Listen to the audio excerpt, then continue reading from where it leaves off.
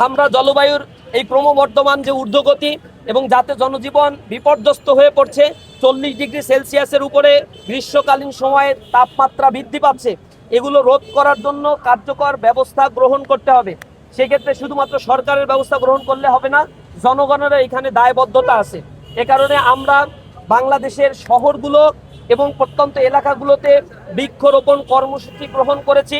ইসলামী ছাত্র শিবির প্রতি বছরই এই বৃক্ষরোপণ কর্মসূচি ঘোষণা করে এবং তাদের যে জনশক্তি রয়েছে, লক্ষ লক্ষ জনশক্তিকে আমরা এই ব্যাপারে নির্দেশনা দেই। প্রতিজন জনশক্তি একটি করে ফলজ, একটি বনজ এবং একটি ঔষধি, টোটাল তিনটি করে বৃক্ষরোপণ এবং বৃক্ষের চারা তারা বিতরণ করবে। এবং শহর এলাকাগুলোতে যেখানে বৃক্ষের চারা রোপণ করার মতো পর্যাপ্ত জায়গা নাই, সেখানেই ছাদগুলোকে ব্যবহার করে, রেলিংগুলোকে ব্যবহার করে আমরা যেন বনায়ন অথবা সুষ্ঠু ব্যবস্থাপনার মধ্য দিয়ে এই বৃক্ষের চারাগুলো রোপণ করতে পারি। বাংলাদেশের যে পরিমাণে বনায়ন থাকার কথা ছিল, আপনারা জানেন, একটা দেশের ইকোসিস্টেমকে ধরে রাখার জন্য, প্রাকৃতিক ভারসাম্যকে ধরে রাখার জন্য 25% ন্যূনতম বনায়ন প্রয়োজন। সরকারের হিসেব অনুযায়ী বাংলাদেশে মাত্র 12% বনায়ন রয়েছে, কিন্তু বেসরকারি হিসেব অনুযায়ী এই বনায়নের পরিমাণ 9%-রও নিচে রয়েছে। সুতরাং এটা একটা দেশের জন্য অনেক বড় ক্ষতির কারণ হয়ে যেতে পারে। বড় ধরনের প্রাকৃতিক দুর্যোগ ঘটে গেলে হাজার হাজার মানুষের জীবন নাশের আশঙ্কাও রয়েছে। সেই জায়গা থেকে জনগণকে এগিয়ে আসতে হবে। আমাদের স্লোগান এ কারণে, একটি হলেও বৃক্ষরোপণ করব জনে জনে, সবুজ দেশের সুস্থ বাতাস লাগুক সবার প্রাণে। আমরা একটা হলেও প্রতি জনগণ যেন বৃক্ষরোপণ করি, এ ব্যাপারে উদ্যোগী হতে হবে।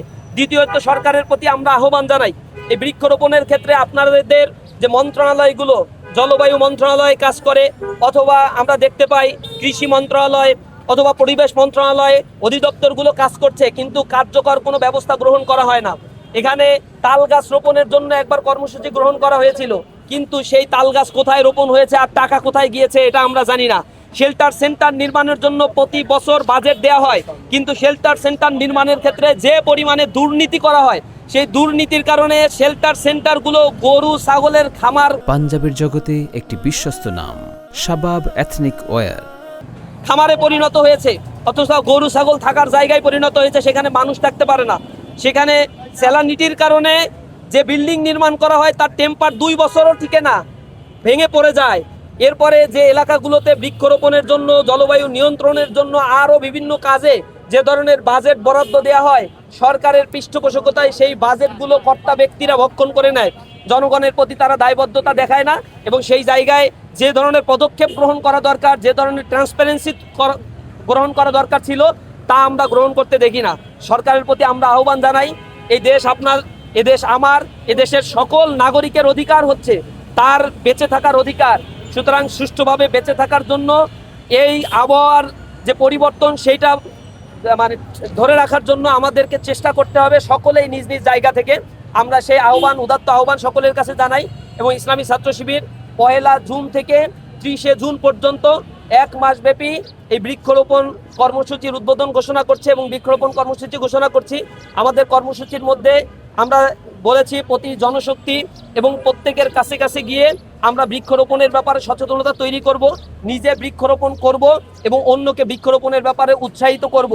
এছাড়াও পরিবেশ দিবসকে কেন্দ্র করে বিভিন্ন ক্যাম্পাসে পরিষ্কার পরিচ্ছন্নতা অভিযান পরিচালনা করা, এবং যে ধরনের প্লাস্টিক বর্জ্যগুলো ব্যবহার করা হচ্ছে যা আমাদের পরিবেশের জন্য ক্ষতিকর, সেই প্লাস্টিক বর্জ্যর ব্যাপারে ক্যাম্পেইন করা। মাদকের বিরুদ্ধে আমাদের ক্যাম্পেইন করতে হবে। মাদক একটা সমাজের জন্য অভিশাপ। এছাড়াও বিভিন্ন ধরনের যানবাহন ব্যবহারের কারণে কালো ধোঁয়া আমাদের পরিবেশের ক্ষতি করে ফেলছে। এই কালো ধোঁয়া যাতে আমাদের পরিবেশের ক্ষতি করতে না পারে, এ ব্যাপারে কালো ধোঁয়া যে সকল যানবাহন থেকে নির্গত হয়, সে সকল যানবাহনের ব্যাপারে শক্তিশালী অবস্থান নেওয়ার জন্য সরকারকে আমরা আহ্বান জানাবো।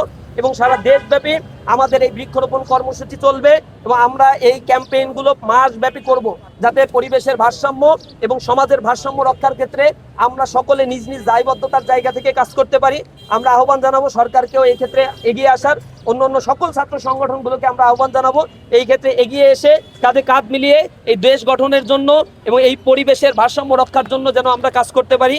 সকলকে আজকের এই প্রোগ্রামে উপস্থিত হওয়ার জন্য, সাংবাদিক থেকে শুরু করে যারা উপস্থিতি রয়েছেন, তাদেরকে আন্তরিক ধন্যবাদ এবং মোবারকবাদ জানাচ্ছি। আসসালামু আলাইকুম ওয়া রাহমাতুল্লাহি ওয়া বারাকাতুহু।